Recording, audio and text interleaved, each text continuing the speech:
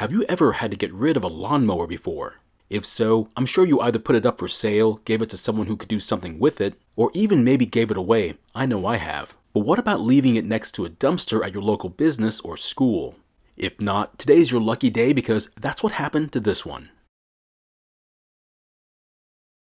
In today's video, we're going to be taking a second look at this Toro lawnmower. And the problem is that this mower was dumped and now we have to try to figure out if it's worth fixing. Of course, I'm the type to try and fix every piece of machine I come across. But sometimes there's no chance in saving it because of something wrong with it, so let's just hope that won't be the case here. The first thing we should probably do is take a look around the mower and see if there's anything terribly wrong with it. And fortunately, the mower is complete and not missing anything important. Because the last thing you want to do is pick up a mower that's missing hundreds of dollars in parts. That's because I intend on selling it, so it needs to be as complete as possible. Now the only part that is missing is the spark plug, which doesn't make any sense to me, but then again, I wouldn't throw away a complete mower either. Of course, I would like to try and start this engine, so we better check on the fuel and the engine oil too. Now the strange part is that the fuel tank was full of gasoline. Who gives away a mower full of gasoline? It also turns out the engine oil was also full and looked brand new. So I'm having a tough time understanding why someone would throw away a lawnmower that seems to be in good working condition. I was expecting zero gasoline and also little to no oil that was in terrible condition, but that didn't happen here. Now at this point, there's really nothing left to do but to try and start it.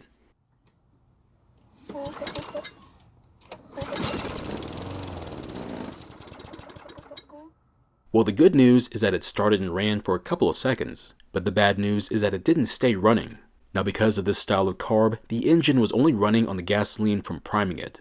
That means either the fuel in the tank is bad or the carb is not working to deliver fuel to the engine. So it turns out gasoline, depending if there's ethanol in it, has a very short shelf life. So yes, you can use 1-year-old gasoline in a small engine like this one, but it'll have lost its punch in that time. Not only that, but in that year, moisture could have condensed and collected in the fuel tank, and it could be the water keeping it from starting. So what's the plan then? Well, right now, we're going to give it a quick cleaning, then we'll drain the gasoline from the fuel tank and inspect it. And if the fuel looks good, we'll then move on to the carb and see if the problem is there. Of course, cleaning your mower is optional, but since we do plan on selling it, it would be nice if it was clean too. So I do have one tip, and that is, remember, this is not a car, so a full detail job might be too much. Someone did ask me if I have to wait until it's dry to work on it, and my answer is, it really doesn't matter. I'm also using a gravity siphon to pull gasoline from the tank, and that's because I find it easier this way. But you're welcome to use whatever method works best for you. So how old do you think this gasoline is? If I had to take a guess, I'd say it's not that old at all, maybe a month or two, but it should still work. I also don't see any water at the bottom of the jar, which is good news. However, the water may have already made it to the carb, which means we'll need to check it later on. But before we do that, I would like to take this chance to do some maintenance work that's often overlooked. No one really wants to scrape the dried grass and dirt from the underside of the mower, but if it gets bad enough, it could interfere with how it cuts. Now to be honest, this one really wasn't that bad, but I'm still going to do the best I can.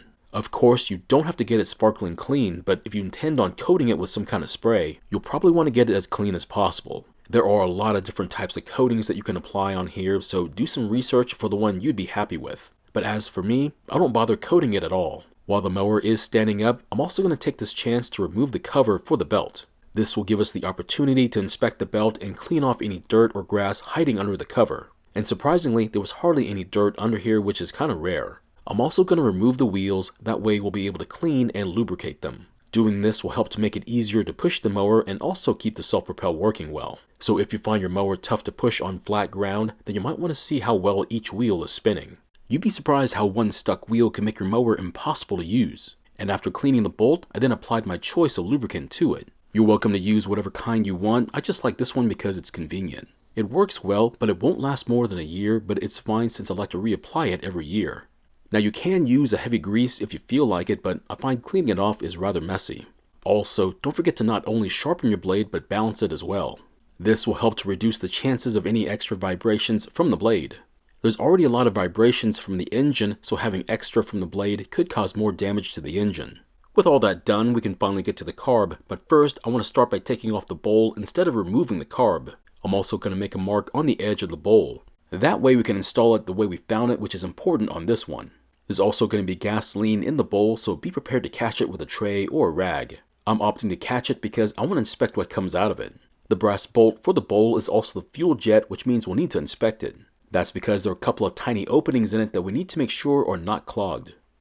So on first impression, the large opening at the very bottom is most definitely clogged, so we'll need to clear it along with the other openings. Now surprisingly, there was not a lot of fuel that came out of the bowl, however what's left over is very stale gasoline. And if I had to guess, I would say someone left a small amount of fuel in the system before putting it up for storage, which eventually caused the clog in the fuel jet.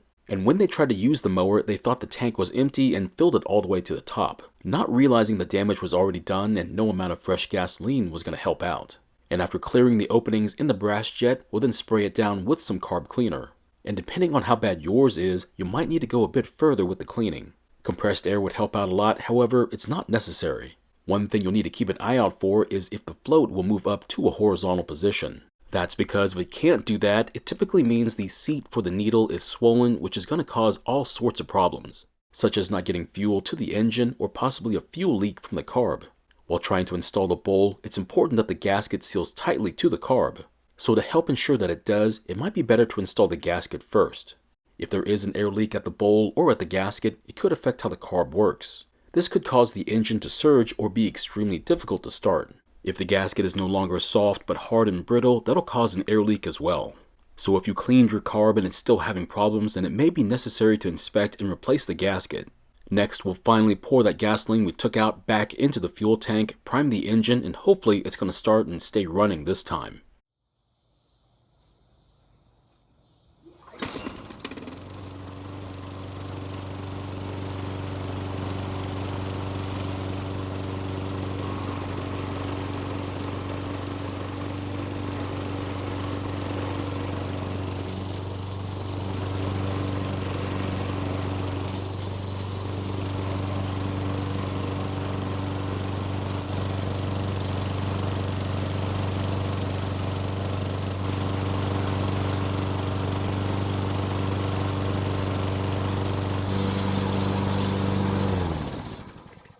And fortunately for us, the engine stayed running, which is a huge relief since it means we won't have to take the carb off.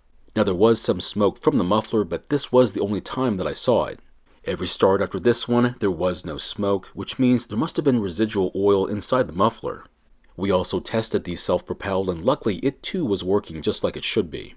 So what exactly happened to this mower to be thrown away? Well, if I had to guess, it must have been taken out of the garage for its first startup, but it didn't stay running. And instead of leaving it by the curb for somebody else to pick up, they decided to drop it off in the middle of the night by the dumpster. Now, I'm not going to tell you they did something wrong, but it would have been nice to try and save this from the landfill. And as you just saw, besides the cleaning and extra maintenance we did to it, it was just a clogged jet that was keeping this engine from running. And as for this mower, we'll do a couple more test starts and longer test runs just to make sure everything's good, then it'll go away to its new home. So my question is, would you give up on a mower as easily as they did on this one, or would you at least try and fix it? Thank you for watching. I really do appreciate your time here. Please feel free to ask me any questions about this project or about your own projects, and I hope to see you in the next video.